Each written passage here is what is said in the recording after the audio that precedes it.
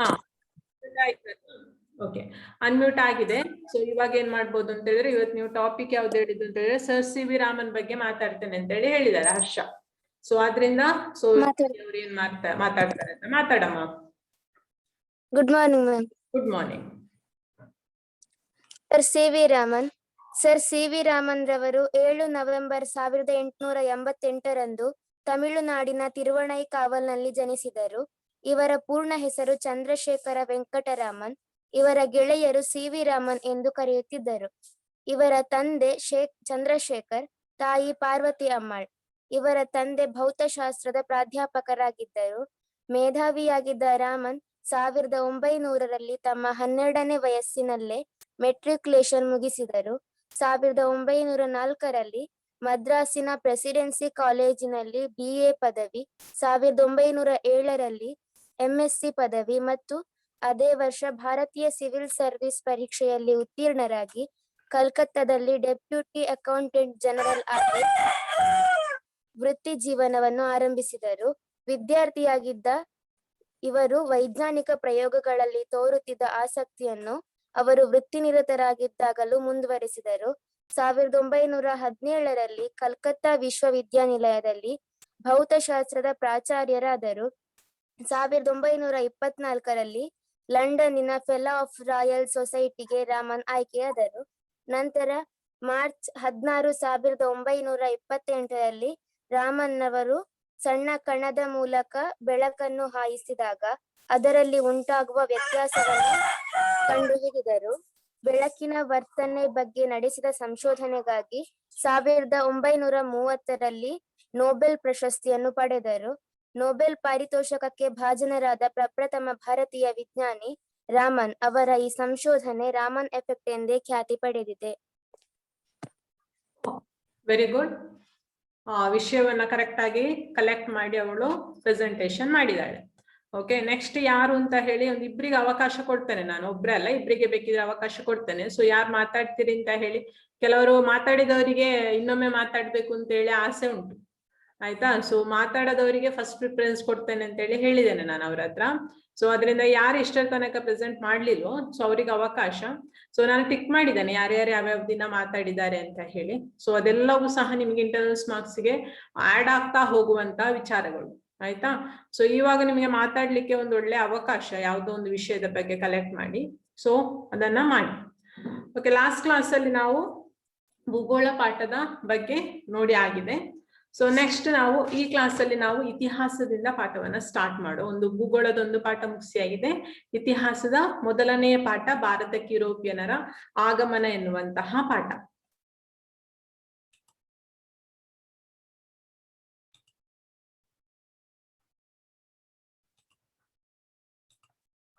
Screen share ಮಾಡಿದ್ವಿ ಮಕ್ಕಳೇ. Okay, so ಭಾರತಕ್ಕೆ ಯುರೋಪಿಯನರ ಆಗಮನ ಪಾಠದಲ್ಲಿ ಸೊ ನಾವೇನನ್ನೆಲ್ಲ ತಿಳ್ಕೊಳ್ಳಿಕ್ಕುಂಟು ಅಂತ ನೋಡ್ತಾ ಹೋಗುವ. ಒಂದ್ ನಿಮಿಷ.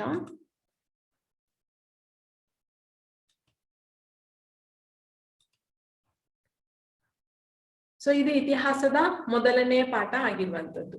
ಸೊ ನೀವು ಇದಕ್ಕೆ ಪೂರಕವಾಗಿ 9th ಅಲ್ಲಿ ಎಲ್ಲ ನೀವು ನೋಡಿದಿರಿ. ಅಂದ್ರೆ ಯುರೋಪಿನಲ್ಲಿ ಯಾವ ರೀತಿಯಲ್ಲಿ ಪುನರುಜ್ಜೀವನ ಪ್ರಾರಂಭವಾಯಿತು. ಸೊ ಪುನರುಜ್ಜೀವನದ ನಂತರ ಯಾವ ರೀತಿಯಲ್ಲಿ ಅಲ್ಲಿ ಕೆಲವೊಂದು ಪ್ರೋಗ್ರೆಸ್ಗಳು, ಕೆಲವೊಂದು ಬೆಳವಣಿಗೆಗಳು, ಪ್ರಗತಿಗಳು ಅಥವಾ ಕೆಲವೊಂದು ಬದಲಾವಣೆಗಳು ಯಾವ ರೀತಿಯಲ್ಲಿ ಆಗ್ತಾ ಹೋಯಿತು ಅಂತ ಹೇಳಿ ನೀವು 9th ಕ್ಲಾಸ್ ಅಲ್ಲಿ ನೋಡಿದಿರಿ. ಅದರ ಜೊತೆಗೆ ಕೆಲವೊಂದು ಕ್ರಾಂತಿಗಳು, ಅಮೆರಿಕ ಕ್ರಾಂತಿ ಇರ್ಬೋದು. ಸೊ ಆ ರೀತಿಯ ಕೆಲವೊಂದು ಕ್ರಾಂತಿಗಳನ್ನು ಸಹ ನೀವು 9th ಅಲ್ಲಿ ನೀವು ಅಭ್ಯಾಸ ಮಾಡಿದಿರಿ. ಸೊ ಅದಕ್ಕೆ ಪೂರಕವಾಗಿ ನೀವೀಗ 10th ಅಲ್ಲಿ ನೀವು ಏನನ್ನು ಕರೀ. ಓಕೆ, ಸಾರಿ ಮಕ್ಕಳೇ, ಸೊ ಒಮ್ಮೆ ಇಂಟರ್ನೆಟ್ ಪ್ರಾಬ್ಲಮ್ ಆಯ್ತು. ಓಕೆ, ಒಂದ್ ನಿಮಿಷ.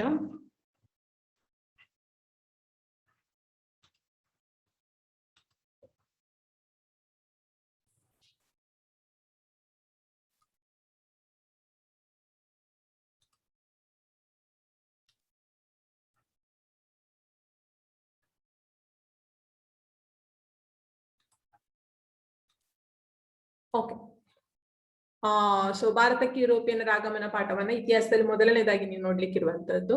ಸೊ ನೀವು ಒಟ್ಟಾರೆಯಾಗಿ ಇತಿಹಾಸದಲ್ಲಿ ಏನನ್ನೆಲ್ಲ ತಿಳ್ಕೊಳ್ಳಿಕ್ಕೆ ಉಂಟು ಇದು 10th ಅಲ್ಲಿ ಅಂತ ಹೇಳಿದ್ರೆ, ಪೂರ್ತಿಯಾಗಿ ಭಾರತದ ಇತಿಹಾಸದ ಬಗ್ಗೆ ನೀವು 10th ಅಲ್ಲಿ ತಿಳ್ಕೊಳ್ಳಿಕ್ಕಿರುವಂತದ್ದು.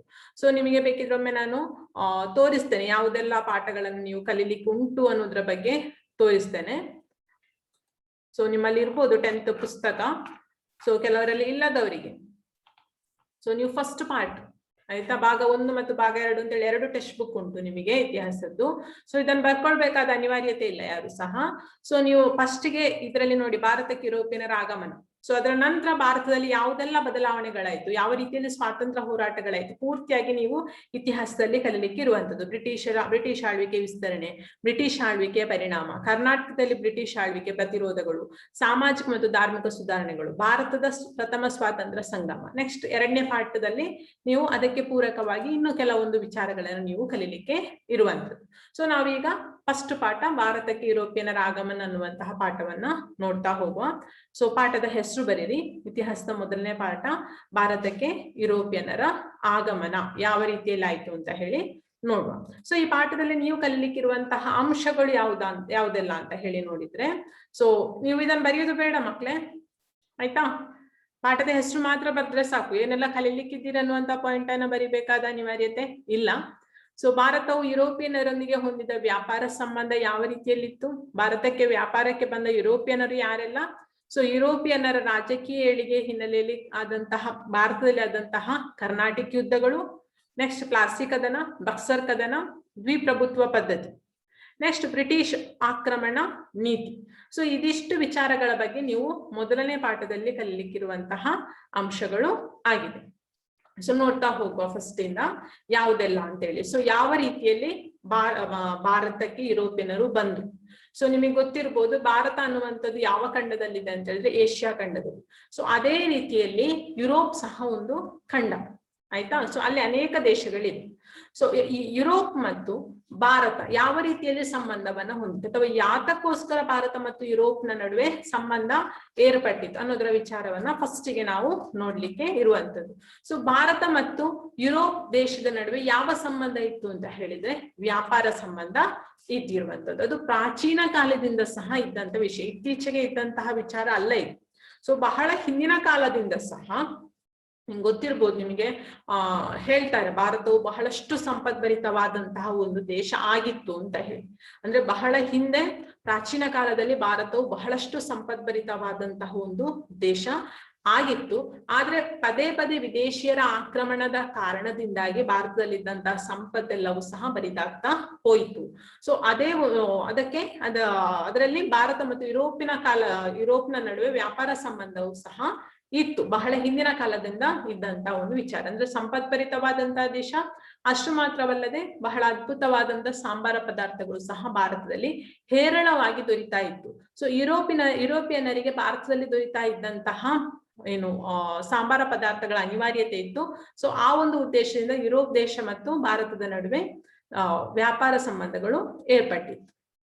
ಪ್ರಮುಖವಾಗಿ ಭಾರತದ ಸಾಂಬಾರ ಪದಾರ್ಥಗಳಾದಂತಹ ಮೆಣಸು, ಜೀರಿಗೆ, ದಾಲ್ಚಿನ್ನಿ, ಏಲಕ್ಕಿ, ಶುಂಠಿ ಮುಂತಾದಂತಹ ಉತ್ಪನ್ನಗಳಿಗೆ ಯುರೋಪಿನಲ್ಲಿ ಬಹಳವಾದಂತಹ ಅಪಾರವಾದಂತಹ ಒಂದು ಬೇಡಿಕೆಯು ಸಹ ಇತ್ತು ಅಂತ ಹೇಳಿ ಹೇಳ್ಬೋದು. ಸೊ ನೀವು ಪಾಯಿಂಟ್ ಇಷ್ಟೇ ಬರೆದ್ರೆ ಆಯ್ತು. ಪ್ರಾಚೀನ ಕಾಲದಿಂದಲೂ ಭಾರತ ಮತ್ತು ಯುರೋಪ್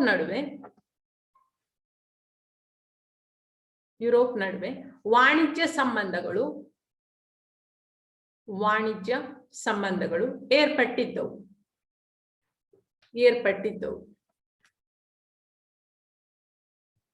ನೆಕ್ಸ್ಟ್ ಪಾಯಿಂಟ್, ಭಾರತದ ಸಾಂಬಾರ ಪದಾರ್ಥಗಳಿಗೆ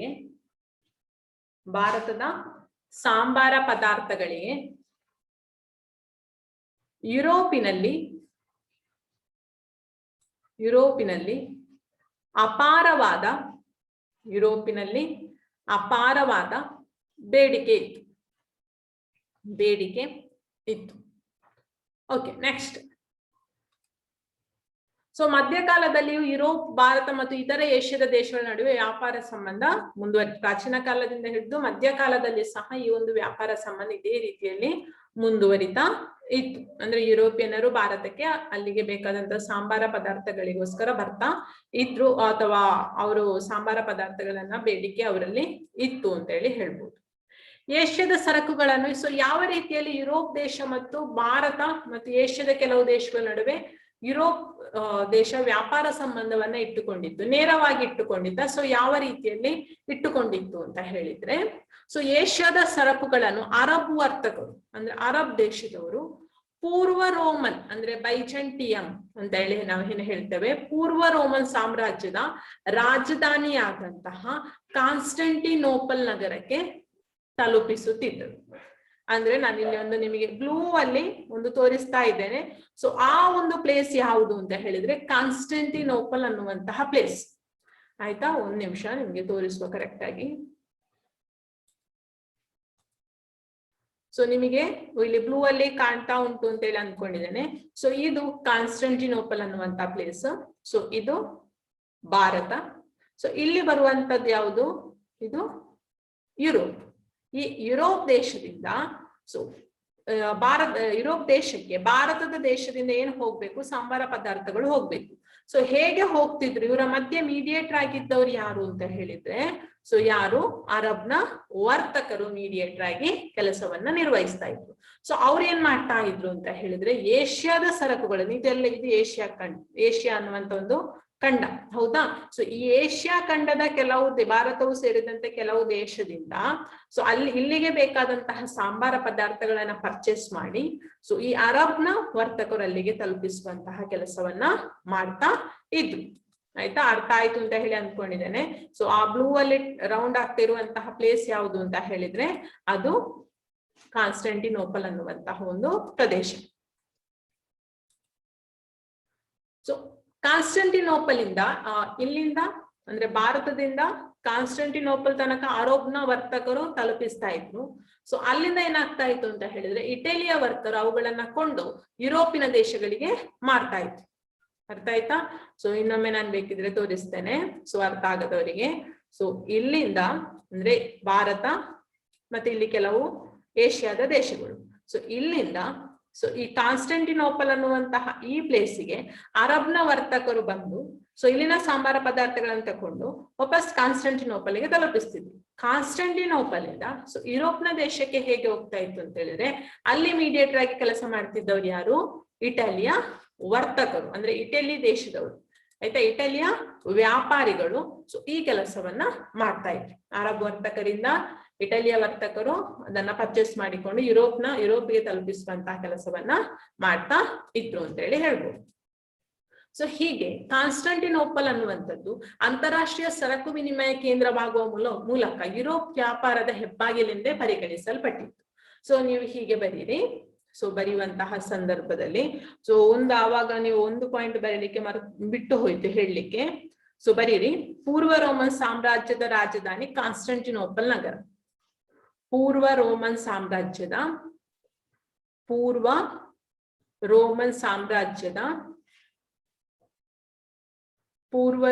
ಸಾಮ್ರಾಜ್ಯದ ರಾಜಧಾನಿ ಡ್ಯಾಶ್ ಹಾಕಿ ಬರೀರಿ, ಸಣ್ಣ ಒಂದು ಡ್ಯಾಶ್. ಕಾನ್ಸ್ಟಂಟಿನೋಪಲ್ ನಗರ.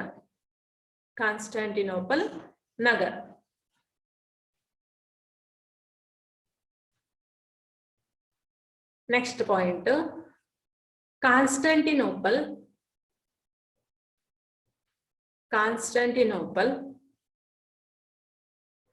ಸರಕು ವಿನಿಮಯ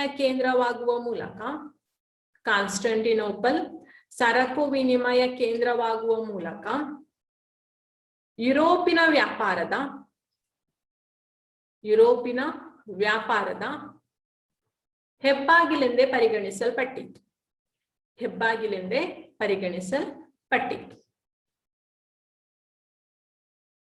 ಯಾಕೆ ಅಂತ ಹೇಳಿ ನಿಮಗೆ ಅರ್ಥ ಆಗಿರ್ಬೋದು. ಈ ಏಷ್ಯಾದ ದೇಶ ಮತ್ತು ಯುರೋಪ್ ದೇಶದ ನಡುವೆ ಮಧ್ಯದಲ್ಲಿ ಒಂದು ಬಾಗಿಲಿನ ರೀತಿಯಲ್ಲಿ ಇಲ್ಲಿ ಯುರೋಪಿಗೆ ಮತ್ತು ಏಷ್ಯಾ ದೇಶಕ್ಕೆ ಮಧ್ಯಕ್ಕೆ ಕನೆಕ್ಟಿಂಗ್ ಆಗಿರುವಂತಹ ಒಂದು ಪ್ಲೇಸ್ ಯಾವುದು ಅಂತ ಹೇಳಿದ್ರೆ ಕಾನ್ಸ್ಟಂಟಿನೋಪಲ್ ಆಗಿತ್ತು. ಆಯ್ತಾ. ಓಕೆ. ಸೊ ಏಷ್ಯಾ ದೇಶಗಳ ವ್ಯಾಪಾರದ ಮೇಲೆ ಅರಬ್ಬರು ಏಕಸ್ವಾಮ್ಯ ಸಾಧಿಸಿದರೆ, ಯುರೋಪಿನ ದೇಶಗಳ ವ್ಯಾಪಾರದ ಮೇಲೆ ಇಟಲಿಯ ವರ್ತಕರು ಏಕಸ್ವಾಮ್ಯ ಸಾಧಿಸಿದ್ದರು. ಅಂದ್ರೆ ಏಷ್ಯಾ ದೇಶದ ವ್ಯಾಪಾರದ ಮೇಲೆ ಅರಬ್ಬರು ಅಂದ್ರೆ ಈ ದೇಶದಿಂದ ಅಂದ್ರೆ ಏಷ್ಯಾ ದೇಶಗಳಿಂದ ಸಾಂಬಾರ ಪದಾರ್ಥಗಳನ್ನ ತಗೊಂಡು ಹೋಗ್ತಿದ್ದದ್ದು ಯಾರು? ಅರಬ್ನ ವರ್ತಕರು. ಸೊ ಅದರಿಂದ ಏಷ್ಯಾ ದೇಶಗಳ ವ್ಯಾಪಾರದ ಮೇಲೆ ಅರಬ್ಬರ ಏಕಸ್ವಾಮ್ಯ ಇತ್ತು, ಒಂದು ಕಂಟ್ರೋಲಿಂಗ್ ಹಿಡಿತ ಇತ್ತು. ಸೊ ಅದೇ ರೀತಿಯಲ್ಲಿ ಯುರೋಪ್ ದೇಶದ ವ್ಯಾಪಾರದ ಮೇಲೆ ಯಾರ ಕಂಟ್ರೋಲ್ ಇತ್ತು ಅಂತ ಹೇಳಿದ್ರೆ ಇಟಲಿಯವರು. ಯಾಕೆ? ಇಟಲಿಯವರು ಏನ್ ಮಾಡ್ತಾ ಇದ್ರು, ಅರಬ್ ದೇಶದವರು ತಕೊಂಡು ಹೋದಂತಹ ವಸ್ತುಗಳನ್ನು ಕಾನ್ಸ್ಟಾಂಟಿನೋಪಲ್ಗೆ ತಲುಪಿಸಿದ ನಂತರ ಸೊ ಅಲ್ಲಿಂದ ಯಾರು ತಕೊಂಡು ಹೋಗ್ತಾರೆ? ಇಟಲಿಯವರು ತಲುಪಿಸ್ತಾ ಇದ್ರು. ಸೊ ಆದ್ರಿಂದ ಯುರೋಪ್ನ ಕಂಟ್ರಿಗಳ ಮೇಲೆ ಇಟಲಿಗೆ ಕಂಟ್ರೋಲ್ ಇತ್ತು. ಸೊ ಏಷ್ಯಾದ ದೇಶಗಳ ಮೇಲೆ ಯಾರಿಗೆ? ಅರಬ್ ದೇಶದವರಿಗೆ ಕಂಟ್ರೋಲಿಂಗ್ ಇದ್ದಿರುವಂತದ್ದು. ಆಯ್ತಾ? ಅರ್ಥ ಆಯ್ತು ಅಂತ ಹೇಳಿ ಅನ್ಕೊಳ್ತೇನೆ. ಸೊ ಯುರೋಪ್ ದೇಶಗಳ ಮೇಲೆ ಇಟಲಿಯ ವರ್ತಕರಿಗೆ ಕಂಟ್ರೋಲ್ ಇದ್ರೆ, ಏಷ್ಯಾದ ದೇಶಗಳ ಮೇಲೆ ಅರಬ್ ದೇಶದವರಿಗೆ ಕಂಟ್ರೋಲ್ ಇದ್ದಂಥದ್ದು. ಓಕೆ. ಸೊ ನಿಮಗೆ ಅದು ಇದರಲ್ಲಿ ಗೊತ್ತಾಗಿರ್ಬೋದು, ಇದು ಅರಬ್, ಇದು ಇಟಾಲಿ. ಆಯ್ತಾ? ಓಕೆ. ಸೊ ನೆಕ್ಸ್ಟ್, ಏಷ್ಯಾ ದೇಶಗಳ ವ್ಯಾಪಾರದ ಮೇಲೆ ಅರಬ್ಬರು ಏಕಸ್ವಾಮ್ಯವನ್ನ ಸಾಧಿಸಿದ್ದಾರೆ, ಯುರೋಪ್ನ ದೇಶಗಳ ಮೇಲೆ ಅದು ಹೇಳಿದೆ ನಾನು, ಇಟಲಿಯ ವರ್ತಕರು ಏಕಸ್ವಾಮ್ಯವನ್ನ ಸಾಧಿಸಿದ್ರು ಅಂತ ಹೇಳಿ. ಏಷ್ಯಾದ ಸರಕುಗಳು ಇಟಲಿಯ ವರ್ತಕರಿಗೆ ಒಳ್ಳೆಯ ಲಾಭವನ್ನ ತಂದುಕೊಡುತ್ತಾ ಇತ್ತು. ಅಂದ್ರೆ ಅವರು ಅಲ್ಲಿ ಇಟಲಿಯವರು ತುಂಬಾ ಲಾಭಾಂಶವನ್ನ ಇಟ್ಟುಕೊಂಡು ವ್ಯಾಪಾರವನ್ನ ಮಾಡ್ತಾ ಇದ್ರು. ಆಯ್ತಾ? ಸೊ ಕಾನ್ಸ್ಟಾಂಟಿನೋಪಲ್ ಪ್ರದೇಶಕ್ಕೆ ಅರಬ್ಬರು ತಂದು ತಲುಪಿಸ್ತಾ ಇದ್ರು. ಅಲ್ಲಿಂದ ತಗೊಳ್ತಿದ್ದವ್ರು ಯಾರು? ಇಟಲಿಯವರು. ಅವ್ರೇನ್ ಮಾಡ್ತಾ ಇದ್ರು ಅಂತ ಹೇಳಿದ್ರೆ ಬಹಳಷ್ಟು ಲಾಭವನ್ನ ಇಟ್ಟುಕೊಂಡು ವಸ್ತುಗಳನ್ನ ಯುರೋಪ್ ದೇಶಕ್ಕೆ ಮಾಡ್ತಾ ಇದ್ರು. ಅಂದ್ರೆ ಅಲ್ಲಿ ಯಾರಿಗೆ ತುಂಬಾ ಲಾಸ್ ಆಗ್ತಾ ಇತ್ತು ಅಂತ ಹೇಳಿದ್ರೆ ಇಟಲಿಯವರಿಗೆ. ತುಂಬಾ ಅಂದ್ರೆ ಅಗತ್ಯವಾದಂತಹ ವಸ್ತುಗಳು, ಸಾಂಬಾರ ಪದಾರ್ಥ ಅವರಿಗೆ ಬಹಳಷ್ಟು ಅಗತ್ಯವಾಗಿತ್ತು. ಸೊ ಆ ವಸ್ತುಗಳನ್ನ ಅವರು ತೆಗೆದುಕೊಳ್ಳುವಂಥದ್ದು ಬಹಳಷ್ಟು ಅನಿವಾರ್ಯವಾಗಿತ್ತು. ಎಷ್ಟು ದುಡ್ಡು ಕೊಟ್ಟಾದ್ರೂ ಅವರು ತಗೊಳ್ಳುವಂಥದ್ದು ಅನಿವಾರ್ಯವಾಗಿತ್ತು. ಅದರಲ್ಲಿ ಯಾರು ಲಾಭ ಮಾಡ್ತಾ ಇದ್ರು? ಇಟಲಿಯವರು ಲಾಭ ಮಾಡ್ತಾ ಇದ್ರು. ಸೊ ಈ ಕಾನ್ಸೆಪ್ಟ್ ನಿಮಗೆ ಕರೆಕ್ಟ್ ಆಗಿ ಅರ್ಥ ಆಗ್ಬೇಕು, ಅದಕ್ಕೋಸ್ಕರ 2 ಸಲ ಎಕ್ಸ್ಪ್ಲೇನ್ ಮಾಡ್ತಾ ಇದ್ದೇನೆ ಮಕ್ಕಳೇ. 1453ರಲ್ಲಿ ಸೊ ಹೀಗಿದ್ದಂತಹ ಸಂದರ್ಭದಲ್ಲಿ ಏನಾಯ್ತು ಅಂತ ಹೇಳಿದ್ರೆ, ಸೊ 1453ಕ್ಕಾಗುವಾಗ ಅಟೋಮಾನ್ ಟರ್ಕರು ಕಾನ್ಸ್ಟಾಂಟಿನೋಪಲ್ ನಗರವನ್ನ ವಶಪಡಿಸಿಕೊಂಡರು. ಇದು ತುಂಬಾ ಇಂಪಾರ್ಟೆಂಟ್, ಇದನ್ನ ಬರಿಬೇಕು. 1453ರಲ್ಲಿ ಬರ್ಕೊಳ್ಳಿ. 1453ರಲ್ಲಿ ಅಟೋಮಾನ್ ಟರ್ಕರು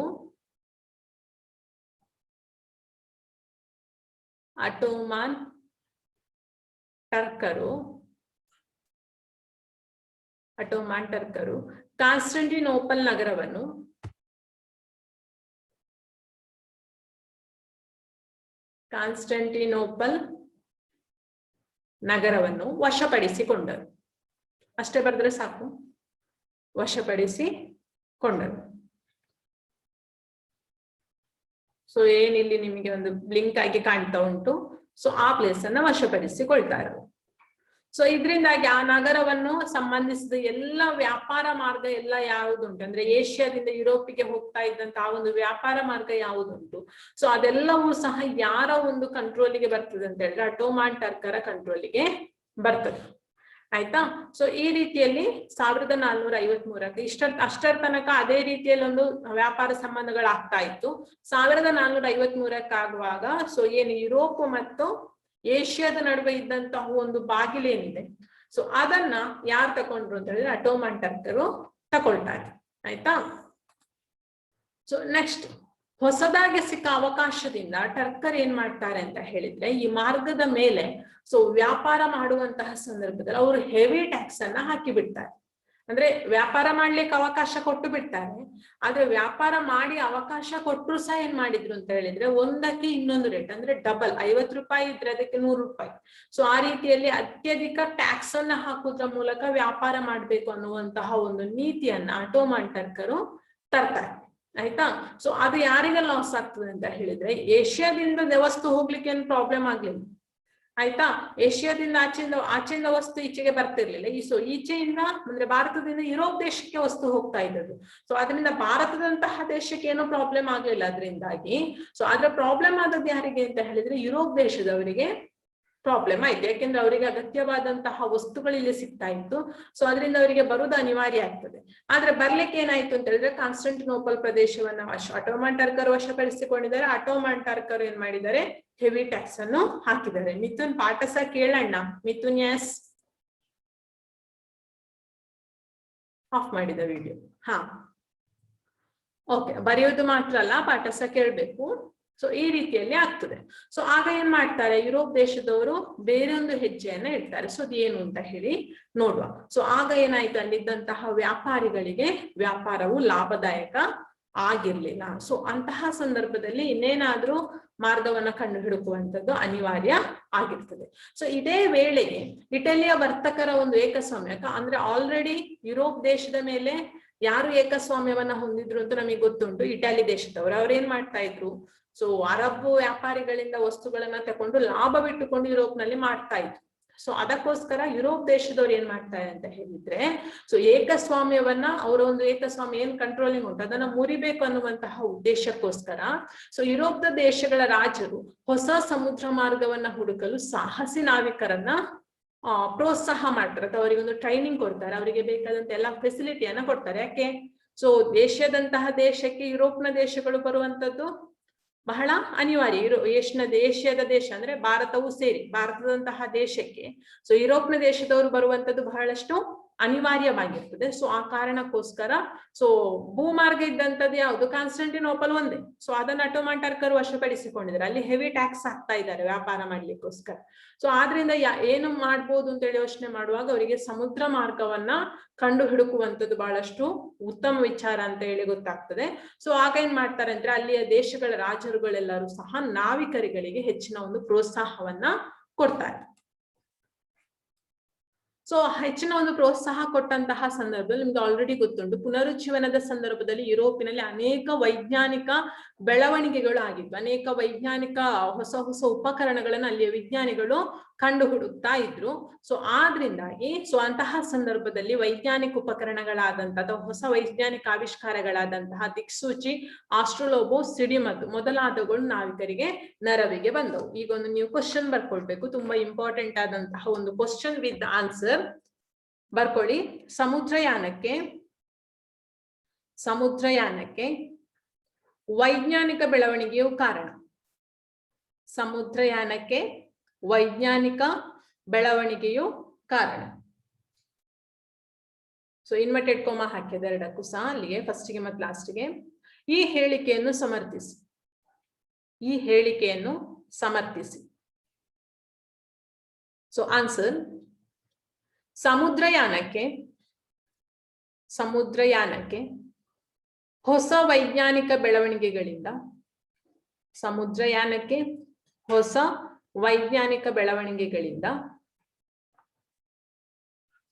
ದಿಕ್ಸೂಚಿ ಕಾಣ್ತಾ ಉಂಟು ಮಕ್ಕಳೇ ನಿಮಗೆ ಚಿತ್ರದಲ್ಲಿ. ಸೊ ನೋಡಿಕೊಳ್ಳಿ, ತಪ್ಪು ಬರಿಬೇಡಿ. ದಿಕ್ಸೂಚಿ, ಆಸ್ಟ್ರೋಲೋಬೋ ಅಂದ್ರೆ ನಕ್ಷತ್ರ ಉನ್ನತಿ ಮಾಪನ ಅಂತ ಏನು ಹೇಳ್ತೇವೆ ಅದು ಆಸ್ಟ್ರೋಲೋಬೋ,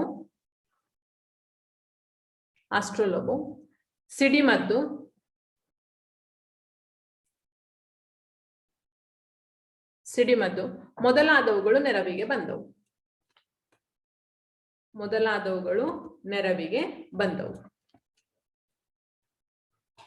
ಸೊ ಅದರಿಂದ ನಾವು ಎಷ್ಟು ಆನ್ಸರ್, ಸೊ ಅದರಿಂದ ನಾವೇನ್ ಹೇಳ್ಬೋದು, ವೈಜ್ಞಾನಿಕ ಆವಿಷ್ಕಾರಗಳು ಏನು ಯುರೋಪ್ನ ದೇಶಗಳಲ್ಲಿ ಆಗಿತ್ತು, ಸೊ ಅದು ಆ ಒಂದು ಮೂವ್ಮೆಂಟ್ಗೆ ಏನು ಸಮುದ್ರ ಮಾರ್ಗವನ್ನ ಕಂಡುಹಿಡುಕುವಂತ ಒಂದು ಪ್ರಯತ್ನ ಹೊರಟ್ರು. ಸೊ ಅದಕ್ಕೆ ಅದು ಒಂದಕ್ಕೊಂದು ಬಹಳಷ್ಟು ಪೂರಕವಾಗಿ ಕೆಲಸವನ್ನ ಮಾಡ್ತಾ ಇತ್ತು ಅಂತ ಹೇಳ್ಬೋದು. ಸೊ ನೆಕ್ಸ್ಟ್, ಸೊ ಭಾರತಕ್ಕೆ ಯಾವ ರೀತಿಯಲ್ಲಿ ಹೊಸ ಜಲಮಾರ್ಗವನ್ನ ಕಂಡುಹಿಡುಕಲಾಯಿತು ಅಂತ ಹೇಳಿ. ಸೊ ಇದು ನಿಮ್ಗೆ ಏನಲ್ಲಿ ಮೂವ್ಮೆಂಟ್ ಕಾಣ್ತಾ ಉಂಟು. ಸೊ ಅದೇನು ಅಂತ ಹೇಳಿದ್ರೆ, ಆ ಪಿಂಕ್ ಲೈನ್ ಅಲ್ಲಿ ಬಂದಂತಹ ಒಂದು ಹಡಗು, ಯಾರು ಬಂದಂತಹ ಹಡಗಿರ್ಬೋದು. ಸೊ ನಿಮಗೆ ಕಾಣ್ತಾ ಉಂಟು, ಡಿಸ್ಪ್ಲೇ ಆಗ್ತಾ ಉಂಟು, ಚಾರ್ಟ್ ಮಾಡಿ. ಮೂವ್ಮೆಂಟ್ ಆಗ್ತಾ ಉಂಟು ಅಂತ ಹೇಳಿ ಅನ್ಕೊಂಡಿದ್ದೇನೆ. ಸೊ ಒಂದು ಹಡಗು ಒಂದು ಪಿಂಕ್ ಲೈನ್ ಅಲ್ಲಿ ಹೋಗ್ತಾ ಉಂಟು, ಹೌದಾ? ಸೊ ಅದು ಯಾರು ಬಂದಂತ ಒಂದು ಹಡಗು? ಬಂತು ಚಾಟ್. Vasco da Gama, very good, correct. ತುಂಬಾ ಜನ ಮಾಡಿದ್ರು, ವೆರಿ ಗುಡ್. ಫಸ್ಟ್ ಭಗತ್ ಮಾಡಿದ್ದು, Bhagat, Vamshi. Okay, very good. ಆಯ್ತಾ? ಸೊ ಈ ಪಿಂಕ್ ರೋಡ್ ಮಾರ್ಗದ ಮೂಲಕ 1497ಕ್ಕೆ ಸೊ ಯಾವ ದೇಶದವನು ಅವನು? ವಾಸ್ಕೋ ಡ ಗಾಮ. ಸೊ ಯಾವ ದೇಶದವನು ಅಂತ ಹೇಳಿದ್ರೆ ಪೋರ್ಚುಗಲ್ ದೇಶದವನು. ಆಯ್ತಾ? ವಾಸ್ಕೋ ಡ ಗಾಮ ಪೋರ್ಚುಗಲ್ ದೇಶದವನು. 1497ಕ್ಕೆ ಅವನು ಅಲ್ಲಿಂದ ಹೊರಟದ್ದು. ಸೊ ಭಾರತಕ್ಕೆ ತಲುಪಿರುವಂತದ್ದು 1498ಕ್ಕೆ.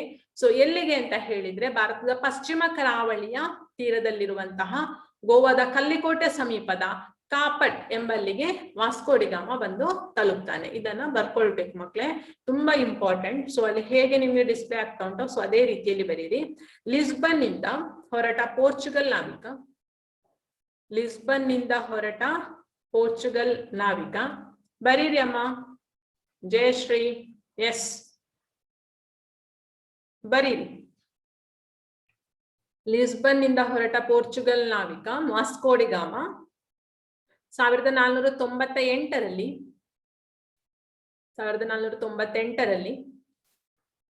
ಭಾರತದ ಪಶ್ಚಿಮ ಕರಾವಳಿ ತೀರದ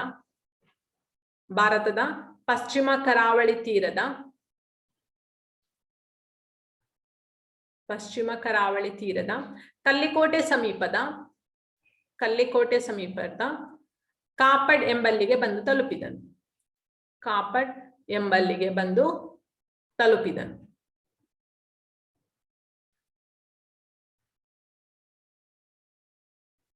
ಸೊ ನೋಡಿ, ಅವನಿಗೆ ಕೇಪ್ ಆಫ್ ಗುಡ್ ಹೋಪ್ ಅನ್ನುವಂತಹ ಒಂದು ಬುಶ್ರ ಸಿಗ್ತದೆ ಆಫ್ರಿಕಾದ. ಹೌದಾ? ಸೊ ಇಲ್ಲಿರುವಂತದ್ದು. ಸೊ ಇದು ವಾಸ್ಕೋ ಡಿ ಗಾಮ ಭಾರತಕ್ಕೆ ಬಂದಿರುವಂತದ್ದು. ಸೊ ಕ್ವಶನ್ ತುಂಬಾ ಅದರಲ್ಲಿ ಕೇಳ್ಬೋದು. ಭಾರತಕ್ಕೆ ಬಂದ ಮೊದಲ ಯುರೋಪ್ ದೇಶದವರು ಯಾರು ಅಂತ ಹೇಳಿದ್ರೆ ಪೋರ್ಚುಗೀಸರು. ನೆಕ್ಸ್ಟ್ ಯಾರು ಅಂತ ಹೇಳಿದ್ರೆ ವಾಸ್ಕೋ ಡಿ ಗಾಮ. ಸೊ ಯಾವ ಪ್ರದೇಶಕ್ಕೆ ಬಂದನು ಅಂತ ಹೇಳಿದ್ರೆ ಕಲ್ಲಿಕೋಟೆಯ ಕಾಪಡ್ ಅನ್ನುವಂತಹ ಪ್ರದೇಶಕ್ಕೆ. ಸೊ ಯಾವಾಗ ಅಂತ ಹೇಳಿದ್ರೆ 1498. ಸೊ ನೀವೀಗ ಬರೆದಂತಹ ಒಂದು ಸೆಂಟೆನ್ಸ್ ಅಲ್ಲಿ ಅಥವಾ ಪಾಯಿಂಟ್ ಅಲ್ಲಿ ತುಂಬಾ ಕ್ವಶನ್ಸ್ ಕೇಳುವಂತಹ ಸಾಧ್ಯತೆ ಉಂಟು. ಸೊ ಈ ಮೂಲಕ ಏನಾಯ್ತು ಅಂತ ಹೇಳಿದ್ರೆ ಪೋರ್ಚುಗೀಸರು ಮೊಟ್ಟ ಮೊದಲ ಬಾರಿಗೆ ಭಾರತಕ್ಕೆ ಸಮುದ್ರ ಮಾರ್ಗವನ್ನ ಕಂಡು ಹುಡುಕಿದ್ರು ಅಂತ ಹೇಳಿ ನಾವು ಹೇಳಲಿಕ್ಕೆ ಸಾಧ್ಯ ಆಗ್ತದೆ. ಸೊ ವಾಸ್ಕೋ ಡಿ ಗಾಮನು ಕಂಡು ಹಿಡಿದ ಈ ಜಲಮಾರ್ಗವನ್ನು ಸುಮಾರು ವರ್ಷಗಳ ಕಾಲ ಭಾರತ ಮತ್ತು ಯುರೋಪ್ ನಡುವಿನ ವ್ಯಾಪಾರ ಮಾರ್ಗವಾಗಿ ಅದು ಮಾರ್ಪಾಡಾಗ್ತದೆ. ಸೊ ಮೊದಲ ಬಾರಿಗೆ ಸೊ ಯುರೋಪ್ ದೇಶ ಮತ್ತು ಭಾರತಕ್ಕೆ ಜಲಮಾರ್ಗವನ್ನ ಕಂಡು ಹಿಡಿದದ್ದು ಯಾರು ಅಂತ ಹೇಳಿದ್ರೆ ವಾಸ್ಕೋ ಡಿ ಗಾಮ.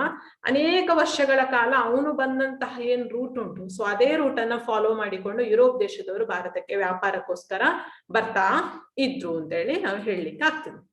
ಸೊ ಹೀಗೆ ಭಾರತದೊಂದಿಗೆ ಮರು ವ್ಯಾಪಾರ ಸಂಬಂಧವನ್ನ ಸ್ಥಾಪಿಸಿದ ಯುರೋಪಿಯನ್ನರಲ್ಲಿ ಪೋರ್ಚುಗೀಸರು ಮೊದಲಿಗರಾಗಿದ್ದಾರೆ. ಅಂದ್ರೆ ಮರು ವ್ಯಾಪಾರ ಸಂಬಂಧ ಅಂತ ಹೇಳಿ ಯಾಕೆ ಹೇಳಿತ್ತು ಅಂತ ಹೇಳಿದ್ರೆ ಸೊ ಫಸ್ಟ್ ಗೆ ಅವರು ಕಾನ್ಸ್ಟಂಟಿನೋಪಲ್ ಅನ್ನುವಂತಹ ಪ್ಲೇಸ್ ನ ಮೂಲಕ ಭಾರತದ ವಸ್ತುಗಳನ್ನ ಅವರು ಖರೀದಿ ಮಾಡ್ತಾ ಇದ್ರು ಅಥವಾ ವ್ಯಾಪಾರ ಇಟ್ಟುಕೊಳ್ತಾ ಇದ್ರು. ಆಯ್ತಾ? ಸೊ ಅದನ್ನು ಯಾವಾಗ ಅಟೋಮನ್ ಟರ್ಕರು ವಶಪಡಿಸಿಕೊಂಡ್ರು, ಅದರ ನಂತರ ಅವರು ಸ್ವಲ್ಪ ಸಮಯದ ತನಕ 1453ರಿಂದ ನೋಡಿ 1453ರಿಂದ 98ರ ತನಕ ಅಲ್ಲಿ ಗ್ಯಾಪ್ ಆಗ್ತದೆ.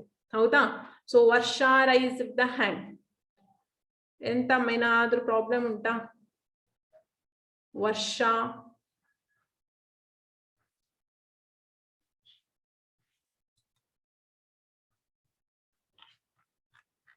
ವರ್ಷ ರೈಸ್ ಮಾಡಿದ್ದೆ ಹ್ಯಾಂಡ್. ಏನಾದ್ರೂ ಹೇಳಲಿಕ್ಕೆ ಉಂಟಾ?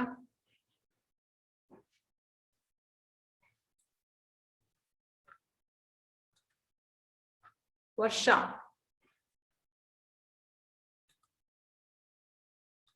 ಹೇಳಲಿಕ್ಕಿದ್ರೆ ಹೇಳಮ್ಮ, ನಿಂಗೆ ಅನ್ಮ್ಯೂಟ್ ಮಾಡ್ಲಿಕ್ಕೆ ಆಪ್ಷನ್ ಕೊಟ್ಟಿದ್ದೇನೆ ನಾನು.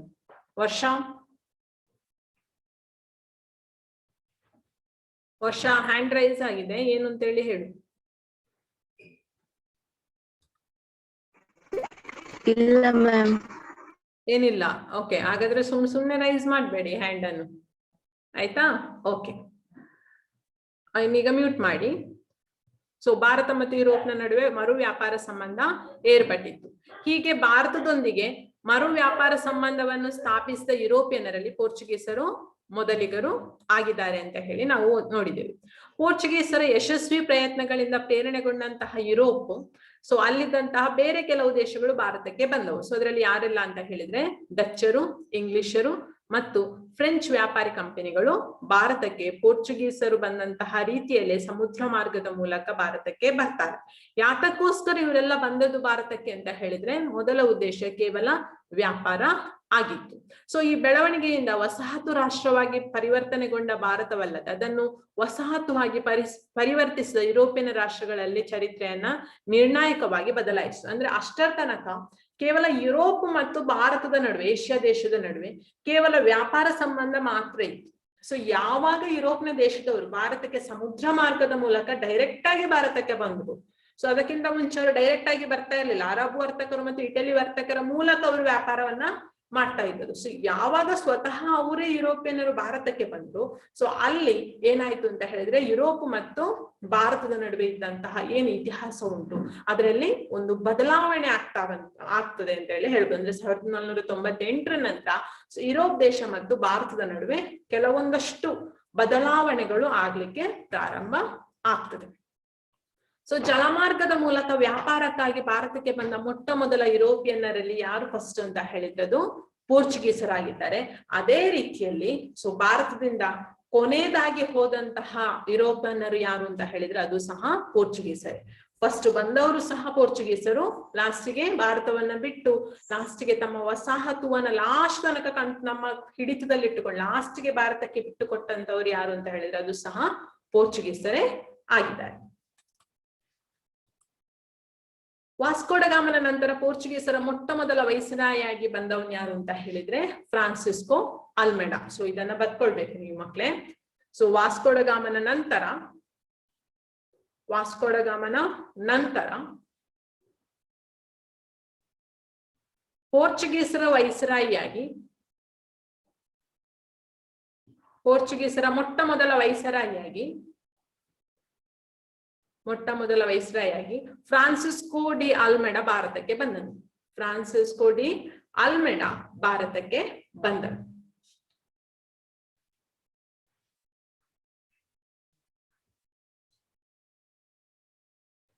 ಸೊ ಇಲ್ಲಿಗೆ ಏನ್ ಮಾಡ್ತಾನೆ ಅಂತ ಹೇಳಿದ್ರೆ ಮಕ್ಳೇ, ಸೊ ನಾನು ಈ ಒಂದು ಟಾಪಿಕ್ ಅನ್ನು ಇಲ್ಲಿಗೆ ನಿಲ್ಲಿಸ್ತೇನೆ. ನೆಕ್ಸ್ಟ್ ಏನು ಯುರೋಪಿಯನ್ನ ವ್ಯಾಪಾರಿ ಕಂಪನಿಗಳು, ಅಲ್ಲಿಂದ ಪಾಠವನ್ನ ನೆಕ್ಸ್ಟ್ ನಾನು ಕ್ಲಾಸ್ ಅನ್ನ ಸ್ಟಾರ್ಟ್ ಮಾಡ್ತೇನೆ. ಇವಾಗ ಜಸ್ಟ್ ಸ್ವಲ್ಪ ಅಷ್ಟು ನಾನು ಎಕ್ಸ್ಪ್ಲೈನ್ ಮಾಡಿರುವಂತದ್ದು ನಿಮಗೆ, ನೆಕ್ಸ್ಟ್ ಉಳಿದದನ್ನ ನೆಕ್ಸ್ಟ್ ಕ್ಲಾಸ್ ಅಲ್ಲಿ ಮಾಡ್ತೇನೆ.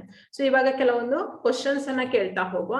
ಸೊ ಇವತ್ತಿನ ಹೋಮ್ ವರ್ಕ್ಗೆ ಮಕ್ಳೇ, ನಂಗೆ ಮರ್ತೋಯ್ತು, ಇವತ್ತಿನ ಹೋಮ್ ವರ್ಕ್ ಅಲ್ಲಿ ನಿಮ್ಗೆ ಏನಿರ್ತದೆ ಅಂತ ಹೇಳಿದ್ರೆ ಸೊ ಒಂದು ಮ್ಯಾಪ್ ಮಾಡ್ಲಿಕ್ಕೆ ಇರ್ತದೆ, ಆಯ್ತಾ. ಸೊ ಪ್ರತಿ ಪಾಠದಲ್ಲಿ ಮ್ಯಾಪ್ ಇರ್ತದೆ. ಸೊ ಎಲ್ಲವನ್ನು ಸಹ ನೀವು ಮಾಡ್ಬೇಕು. ಸೊ ಈಗ್ಲೇ ಕೇಳಿಕೊಳ್ಳಿ ಕರೆಕ್ಟ್ ಆಗಿ ಸೊ ಹೇಗೆ ಮಾಡ್ಬೇಕು ಅಂತ ಹೇಳಿ. ಮತ್ತೆ ಯಾರು ಅರ್ಧಂಬರ್ಧ ಮ್ಯಾಪ್ ಅನ್ನು ನಂಗೆ ಕಳಿಸುದು ಬೇಡ. ಸೊ ಇಲ್ಲಿ ಇದೇ ರೀತಿಯಲ್ಲಿ ಬಾರ್ಡರ್ ಹಾಕಿ, ಸೊ ಒಳಗೆ ಯಾವ ರೀತಿಯಲ್ಲಿ ಭಾರತದ ಚಿತ್ರ ಬಿಡಿಸಿದು ಸೊ ಅದೇ ರೀತಿಯಲ್ಲಿ ಚಿತ್ರ ಬಿಡಿಸ್ಬೇಕು. ನೆಕ್ಸ್ಟ್ ಒಳಗೆ ಯಾವ ರೀತಿಯಲ್ಲಿ ಲೈನ್ಸ್ ಗಳುಂಟು, ನದಿಗಳನ್ನು ತೋರಿಸಿರುವಂತದ್ದು, ಸೊ ಅದೆಲ್ಲವನ್ನು ಸಹ ಅದೇ ರೀತಿಯಲ್ಲಿ ಮಾಡ್ಬೇಕು. ಪ್ರತಿಯೊಬ್ರು ಸಹ ಅಚ್ಚು ತೆಗೆಯುವುದಲ್ಲ, ಆಯ್ತಾ. ಸೊ ಅಲ್ಲಿ ಗುರುತಿಸಿದಂತ ಎಲ್ಲಾ ಪ್ಲೇಸ್ ಅನ್ನು ಬರಿಬೇಕು. ಇಲ್ಲಿ ಬಾಕ್ಸ್ ಅಲ್ಲಿ KEY ಅಂತ ಹೇಳಿ ಏನು ಕೊಟ್ಟಿದ್ದಾರೆ ಬಾಕ್ಸ್ ಅಲ್ಲಿ ಅದನ್ನು ಮಾಡ್ಬೇಕು. ಈಚೆ ಸೈಡ್ ಇರುವಂತ ಅಂಡಮಾನ್ ನಿಕೋಬಾರ್ ಅನ್ನು ಮಾಡ್ಬೇಕು. ಸೊ ಪೂರ್ತಿಯಾಗಿ ಇಲ್ಲಿ ಹೇಗಿತ್ತು ಅದೇ ರೀತಿಯಲ್ಲಿ ನೀವು ಮ್ಯಾಪ್ ಅನ್ನ ಬಿಡಿಸ್ಬೇಕು. ಇದೇ ಮ್ಯಾಪ್ ಅನ್ನ ನಾನು ಮತ್ತೆ ಕಳಿಸ್ತೇನೆ ನಿಮಗೆ ಗ್ರೂಪ್ ಅಲ್ಲಿ. ಸೊ ಅದೊಂದು ಹೋಮ್ ವರ್ಕ್ ಇರುವಂತದ್ದು. ಮತ್ತೆ 1 ಮಾರ್ಕ್ಸ್ ಕ್ವಶನ್ಸ್ ಅನ್ನು ಬರೆದು ನಾನು ನಿಮಗೆ ಕಳಿಸ್ತೇನೆ, ಅದನ್ನ ಬರ್ದಿಟ್ಕೊಳ್ಳಿ. ಪಾಯಿಂಟ್ ಬುಕ್ ಅಲ್ಲಿ ಬರೆದ್ರು ಆದಿತ್ತು, ನೋಟ್ಸ್ ಅಲ್ಲಿ ಬರೆದ್ರು ಆಯ್ತು, ಅದು ಬರೆದು ನಂಗೆ ಕಳಿಸ್ಬೇಕು. ಮ್ಯಾಪ್ ಸಪ್ರೇಟ್ ಆಗಿರ್ಲಿ, ಆಯ್ತಾ. ಸೊ ಇದಿಷ್ಟು ವಿಚಾರಗಳು. ಸೊ ಕ್ವಶನ್ಸ್, ಪೂರ್ವ ರೋಮನ್ ಅಂದ್ರೆ ಬೈಜಂಟಿಯಂ ಸಾಮ್ರಾಜ್ಯದ ರಾಜಧಾನಿ ಯಾವುದು? ಪೂರ್ವ ರೋಮನ್ ಸಾಮ್ರಾಜ್ಯದ ರಾಜಧಾನಿ ಯಾವುದು? ಪೂರ್ವ ರೋಮನ್ ಸಾಮ್ರಾಜ್ಯದ ರಾಜಧಾನಿ ಯಾವುದು? ತಿಲಕ್. ಬಂತು ಆನ್ಸರ್ ವಂಶಿದ್ದು. ತಿಲಕ್ ಗೊತ್ತಿದ್ರೆ ಗೊತ್ತುಂಟು, ಇಲ್ಲಾದ್ರೆ ಇಲ್ಲ ಅಷ್ಟೇ. ಆ ಟೈಮ್ ಮುಗಿತಾ ಬಂತು. ತೃಪ್ತಿ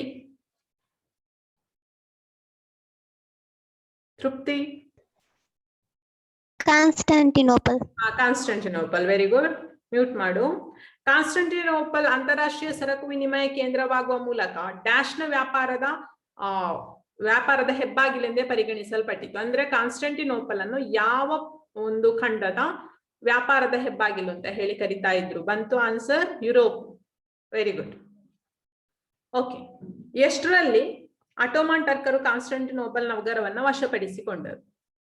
ಅಂಕಿತಾ, ಅಟೋಮನ್ ಟರ್ಕರು ಕಾನ್ಸ್ಟಂಟಿನೋಪಲ್ ನಗರವನ್ನ ವಶಪಡಿಸಿಕೊಂಡ ವರ್ಷ.